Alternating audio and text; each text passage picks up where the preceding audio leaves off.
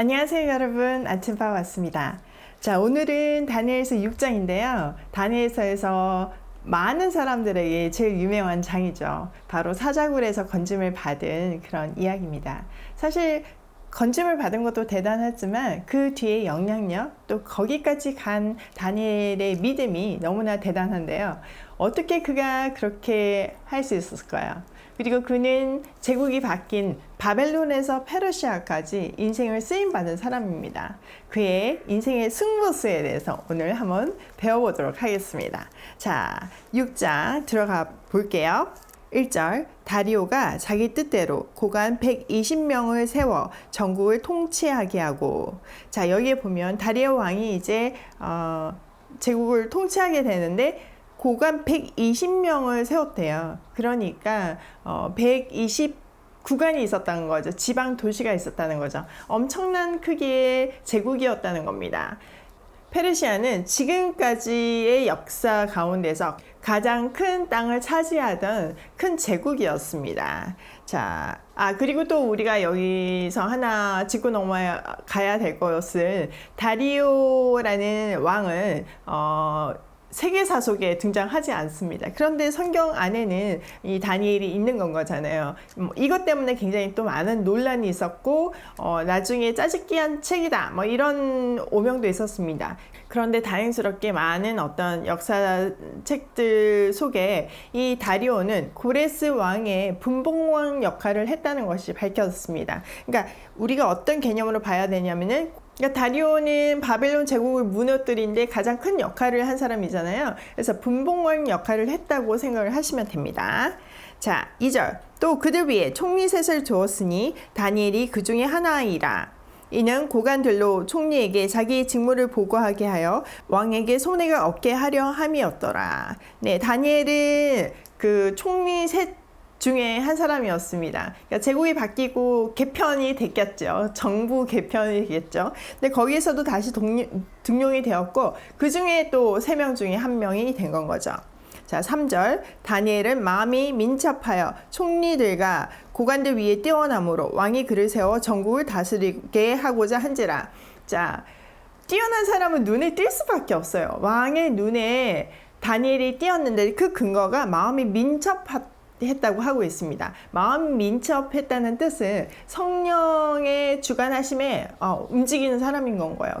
그러니까 언제나 민감하게 하나님의 뜻대로 움직이니까 얼마나 지혜롭게 행동을 했겠습니까? 그러니까 세상 사람들 눈에는 굉장히 지혜로운 사람으로, 능력 있는 사람으로 보인 건 거죠. 자, 4절, 이에 총리들과 고관들이 국사에 대하여 다니엘을 고발할 근거를 찾고자 하였으나 아무 근거, 아무 허물도 찾지 못하였으니 이는 그가 충성되어 아무 그릇됨도 없고 아무 허물도 없음이었더라. 너무 대단하지 않습니까? 털어서 먼지 않는 사람이 없다는 말이 있듯이 우리나라 정치인들은 다들 권력이 끝나면 다 어떻게 되잖아요. 그런데 사람들이 이제 다니엘을 고발하고 싶어서, 그러니까 너무 인정을 받으니까 질투심이 난 건 거죠. 고발하고 싶어서 아무리 뒷조사를 해도 찾으면 찾을수록 더 감동이 되는 인생이었다는 건 거예요. 도저히 고소할 만한 거리가 없다는 것을 보게 된 건 거죠. 자, 5절, 그들이 이르되 이 다니엘은 그 하나님의 율법에 근거하여 찾지 못하며 그를 고발할 일이 없으리라 하고, 그러니까 그들도 알게 된 거예요. 다니엘이 위대한 사람인 걸 알지만 그래도 미운 건 어떡해요. 그러니까 인간의 마음이 참 그렇다는 거죠. 그래서 이 사람은 그가 믿는 하나님의 율법에 근거해서 얼물을 놓지 않으면 절대로 걸려들 수 없는, 우리가 무찌를 수 있는 사람이 아니구나, 이걸 깨달은 건 거죠. 밖에 깨달은 거죠. 자, 6절, 이에 총리들과 고관들이 모여 왕에게 나아가서 그에게 말하되 다리오 왕이여 만수무강하옵소서. 나라의 모든 총리와 지사와 총독과 법관과 간언이 의논하여 왕에게 한 법률을 세우며 한 금령을 정하실 것을 구하나이다. 왕이여, 그것은 곧 이제부터 30일 동안에 누구든지 왕의 어떤 신에게나 사람에게 무엇을 구하면 사자굴에 던져 넣기로 한 것이니라. 네, 이들이 찾아와서 우리가 모든 리더십들이 의논을 해서 왕의 권위를 높이기 위해서, 그리고 하나로 단결되는 어떤 리더십을 만들기 위해서 사람이나 신이나 그 어떤 것에도 왕 외에는 한 달 동안 경배할 수 없음을, 예배할 수 없음을, 기도할 수 없음을, 구할 수 없음을 우리가 정했으면 좋겠습니다. 이렇게 얘기한 거죠. 뭐 왕의 입장에서는 지금 이제 딱 제국을 통치하는 시기니까 그런 뭐 단결력이 필요했던 건 거죠. 그러니까 기가 솔깃한 거예요. 자, 8절. 그런즉 왕이 원하건대 금령을 세우시고 그 조소에 왕의 도장을 찍어 메대와 바사에 고치지 아니하는 규례를 따라 그것을 다시 고치지 못하게 하옵소서 하매, 예, 다리오 왕이 조서에 왕의 도장을 찍어 금령을 내리리라. 자, 이들이 아주 교묘하게요. 메대와 바사의 법률 중에 하나가 왕이 조서를 내린 것에 대해서 왕조차도 바꿀 수 없는 법이 있었어요. 그거를 근거해서 그걸 강조하고 있죠. 그렇게 근거해서 지금 조서를 내리고 금령을 내리게 한 겁니다. 자, 10절. 다니엘이 이 조서에 왕의 도장이 찍힌 것을 알고도 자기 집에 돌아가서는 윗방에 올라가 예루살렘으로 향한 창문을 열고 전에 하던 대로 하루 3번씩 무릎을 꿇고 기도하며 그의 하나님께 감사하였더라. 네, 솔로몬이 한 얘기 중에 하나가 성전에 대해서 이들이 만약에 제약을 행해서 다른 나라의 포로로 잡혀간다 할지라도 거기서 이 성전을 향하여 기도하며 하나님이 긍휼을 베푸셔서 그들을 용서하시고 데려오게 해주시옵소서, 이런 얘기가 있거든요. 그러니까 거기에 근거해서 이 디아스포라들은 예루살렘 성전이 비록 무너졌지만 그 예루살렘 성을 향하여 늘 기도했던 습관들이 있었습니다. 근데 다니엘은 이 조소, 그러니까 이 왕이 아닌 다른 신, 하나님한테 예를 들어서 지금 예배를 하고 기도를 해도 죽는 걸 알잖아요. 그 조소의 왕이 도장을 찍은 거를 알고도 전에 하던 대로 그 예루살렘을 향하여 하나님께 감사 찬양을 올렸습니다. 자, 이게 여기서 제일 중요한 말은 전에 하던 대로인 건 거예요. 다니엘은 경건의 습관이 있었습니다. 그러니까 하루에 3번씩 하나님을 향해서 기도하는 거를 뭐 어릴 때부터 이 80이 넘어서까지 한 번도 멈추지 않고 늘 그렇게 하나님 앞에 자기를 엎드리며 하나님의 주권을 인정하고 찬양하는 거가 그의 삶의 아주 중요한 기준이었음을 우리가 볼 수 있는 건 거죠. 자, 11절. 그 무리들이 모여서 다니엘이 자기 하나님 앞에 기도하여 간구하는 것을 발견하고, 예, 그들이 나아가서 왕의 금령에 관하여 왕께 아뢰되, 왕이여, 왕이 이미 금령에 왕의 도장을 찍어서 이제부터 30일 동안에는 누구든지 왕 외에 어떤 신에게나 사람에게 구하면 사자굴에 던져 넣기로 하지 아니하였나이까 하니, 왕이 대답하여 이르되 이 일이 확실하니 메대와 바사에 고치지 못하는 규례니라 하는지라. 자, 이 보세요. 왕이 조서를 내리고 도장 찍은 것을 알고도 다니엘이 기도했습니다. 근데 여기 보면 어디에서 기도했다고 합니까? 윗방에 올라가서. 그러니까 이거는 페르시아의 어떤 그 건축 구조를 좀 봐야 되는데요. 이때 당시에는 지붕 위나 이제 옥상 같이 이런 곳에 조그만, 그러니까 방이 있었습니다. 혹은 망대 같은 그런 곳이 있었는데 이 방의 특징은 사방이 뚫려 있는 건 거예요. 벽이 없는 건 거예요. 그러니까 이곳에서 하던 거는 밖에서 다 볼 수 있는 건 거죠. 이런 상황에서 그들이 막 지키고 있었을 거 아니에요. 기도하나 안 하나. 근데 다니엘이 늘 하던 대로 기도하니까 아싸 이제 걸렸다 이러면서 왕한테 간 거죠. 그러면서 다시 한번 그 규례, 다시 법을 철회하지 못하는 그 페르시아의 법을 다시 얘기합니다. 그러니까 왕이 맞다, 그거는 절대로 바꿀 수 없는 금령이다, 이렇게 맞장구를 쳐주는 건 거죠. 다니엘이 걸렸을 것이라고는 이 왕은 상상도 못했던 겁니다. 자, 그래서 이제 13절에 보면 이제 그들이 이제 본색을 드러내기 시작하는 거죠. 그들이 왕 앞에서 말하여 이르되 왕이여 사로잡혀온 유다 자손 중에 다니엘이 왕과 왕의 도장이 찍힌 금령을 존중하지 아니하고 하루 3번씩 기도하나이다 하니. 자, 여기에도 보면요, 그 다니엘을 벨드사살이라고 부르는 것이 아니고 지금 총리 중에 한 사람이니까 얼마나 높은 사람이에요. 근데 존중하지 않고 뭐라고 합니까? 유다에서 잡혀온 포로라고 얘기하고 있습니다. 그러니까 엄청 무시하고 이때 당시에 어떤 무드를 알 수 있는 건 거죠. 아무리 높아지고 그래도 그 포로들을 짓밟고 싶은, 그리고 누르고 싶은 그런 무드가 있었다는 것을 우리가 볼 수 있는 건 거죠. 그리고 그들이 이제 3번 기도하는 것을 고발했습니다. 14절 왕이 이 말을 듣고 그로 말미암아 심히 근심하여 다니엘을 구원하려고 마음을 쓰며 그를 건져내려고 힘을 다하다가 해가 질 때가 이르느니라. 네, 이 다리오 왕은 다니엘을 정말 사랑했던 것 같습니다. 그냥 느껴지는 거죠. 이 사람은 정말 다르구나. 세상 사람하고 다르구나. 그리고 내가 이 제국을 통치하기 위해서, 안정권에 넣기 위해서 이 사람이 필요하구나. 이 사람의 지혜가 정말 필요하구나. 이걸 안 건 거예요. 그리고 이타적인 사람이라는 걸 안 건 거죠. 그랬는데 지금 죽일 수밖에 없는 상황이 된 건 거죠. 근데 너무 슬픈 거예요. 그래서 심히 근심하였다고 합니다. 그리고 거기서 멈추는 것이 아니라 어떻게든 구해보려고 법률을 다 찾아보는 건 거예요.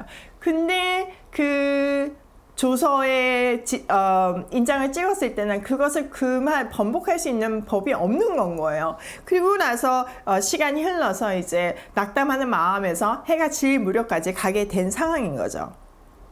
15절 그 무리들이 또 모여 왕에게로 나와서 왕께 말하되 왕이여 메대와 바사의 규례를 아시거니와 왕께서 세우신 금령과 법도는 고치지 못할 것이니이다 하니. 자, 이들이 왕의 심정을 정확하게 아는 건 거죠. 그래서 딱 근거를 다시 얘기하잖아요. 이거 바꾸지 못하는 거 아시죠? 이게 페르시아의 법률입니다. 딱 이렇게 짚고 넘어가는 겁니다. 이게 꼼짝할 수 없는 거죠. 자, 16절 이에 왕이 명령하매 다니엘을 끌어다가 사자굴에 던져 넣은지라. 왕이 다니엘에게 이르되 내가 항상 섬기는 너의 하나님이 너를 구원하시리라 하니라.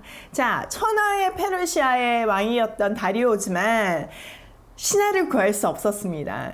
그때 당시 왕은 정말 사람의 목숨을 자기 마음대로 할 수 있는 그런 권력을 갖고 있었잖아요. 그런데도 불구하고 다니엘을 구할 수 없었습니다. 그래서 할 수 없이 이제 사자굴에 넣으라고 얘기를 하지만 다니엘에게 이렇게 얘기를 합니다.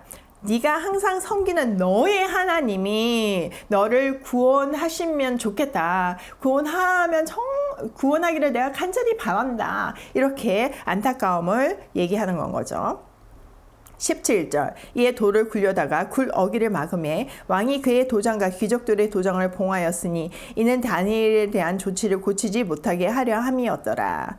예, 이 모함하고 참사하는 사람들이 이제 돌을 사실 사자굴에 떨어지면 살아남을 수도 없는데 굶주린 사자들이잖아요. 근데 거기 위에 이제 돌을 얹고 아기를 닫습니다. 그리고 나서 그것도 마음에 흡족하지 않아서 왕과 귀족들의 봉인을 그 위에 찍는 건 거예요. 그러니까 예를 들어서 왕이 마음이 변해서 어떤 구해내라고 이렇게 한다고 해도 지금 귀족들까지 봉인했잖아요. 그러니까 이거는 귀족들이 다 동의하기까지 어떻게 할 수 없다는 것을 더 이상 번복할 수 없는 확실한 어떤 인간으로서 할 수 있는 최선을 다하게 된 건 거죠. 그렇다 할지라도 하나님은 살리시잖아요. 자, 18절 왕이 궁에 돌아가서는 밤새도록 금식하고 그 앞에 오락을 그치고 잠자기를 마다하니라. 근데 왕이 정말 다니엘을 너무 사랑했던 것 같습니다. 그러니까 너무 심란해가지고 잠을 못 자는 건 거예요. 그리고 밤새 금식하고 왕이 누리는 모든 것들을 하지 않고 잠자기도 마다했다는 건 거죠.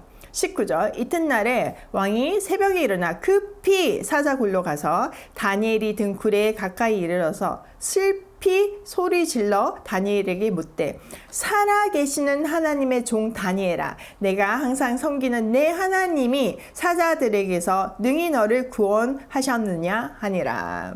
네, 정말 새벽녘까지 잠을 못 자고 막 급히 날이 밝기가 무섭게 달려간 거죠. 그리고 나서 굴 앞에서 너무 슬픈 목소리로 반신반의하는 거예요. 살았을까 죽었을까 이런 마음으로. 그렇지만 그의 하나님이 살려줬으면 좋겠다 이런 마음으로 살아계시는 하나님, 정말 그의 고백이 너무 대단하죠.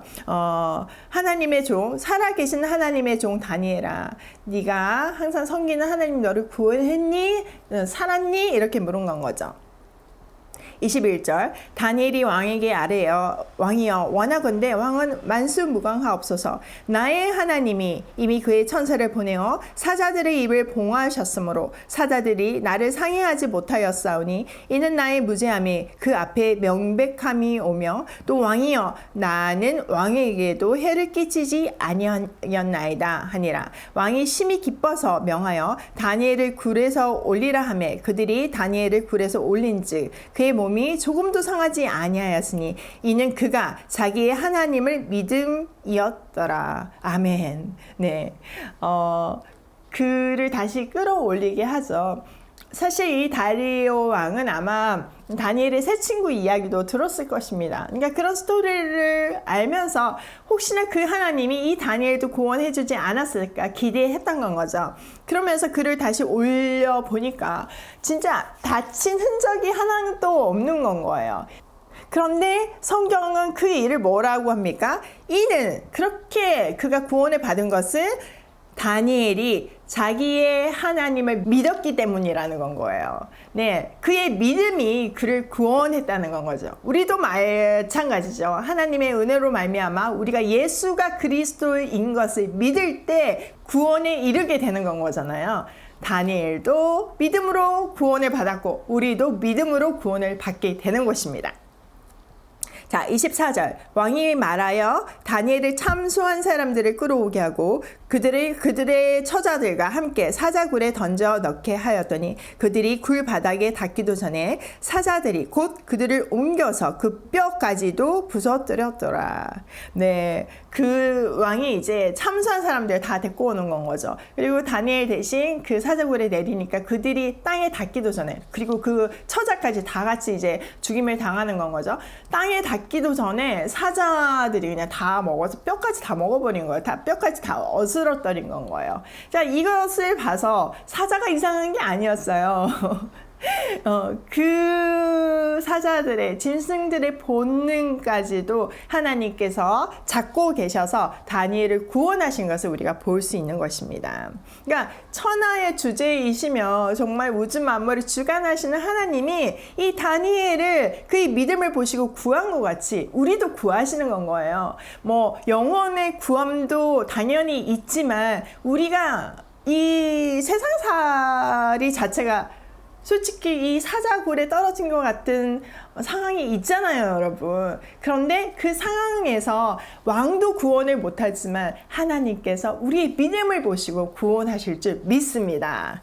자, 25절 이에 다리오 왕이 온 땅에 있는 모든 백성과 나라들과 언어가 다른 모든 사람들에게 조소를 내려 이르되 원하건대 너희에게 큰 평강이 있을지어다.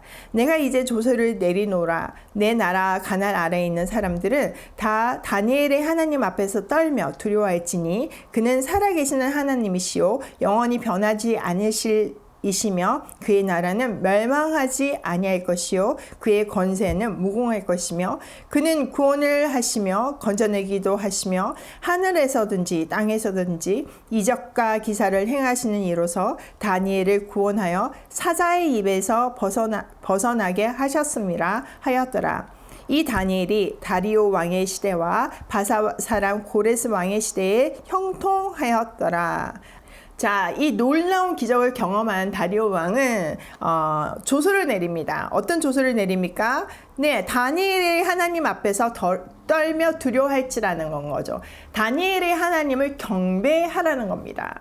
그러면서 그 하나님에 대한 정의가 너무나 감격스러운데요. 그는 살아계시는 하나님이시오 영원히 변하지 아니하실 것이며 이시며 그의 나라는 멸망하지 아니할 것이요 그의 권세는 무궁할 것이라는 겁니다. 정확하게 그런 하나님을 지금 이 순간 다리오는 깨닫게 된 건 거죠. 모든 사람을 구원하시기도 하시고 죽이시는 분이 하나님이시라는 것을 깨닫게 된 건 거죠. 이렇게 다니엘은 이 다리오에게도 하나님을 증거하였고 하나님을 소개하였고 하나님을 경험하게 하였고 고레스 때까지도 고레스의 통치 하에서도 인정을 받고 마지막 죽는 순간까지 쓰임 받은 사람이었습니다. 너무나 아름다운 스토리 아닙니까? 사람의 인생이 이렇게 아름다울 수 있다니 정말 감격스럽습니다.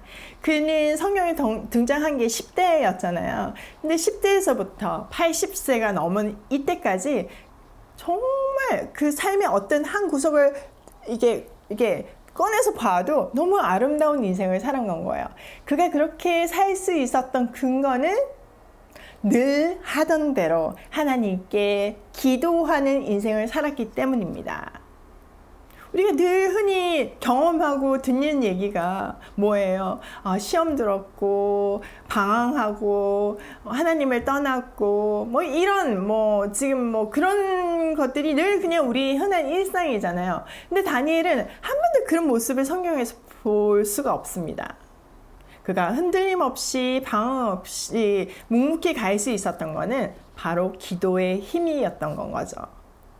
기도를 통해서 하나님 마음에 그의 마음이 맞닿아 있었기 때문에 그는 정말 어떤 가드보다 어떤 견고한 성보다 다니엘을 보호하며 앞으로 전진하게 할 수 있었던 건 거죠.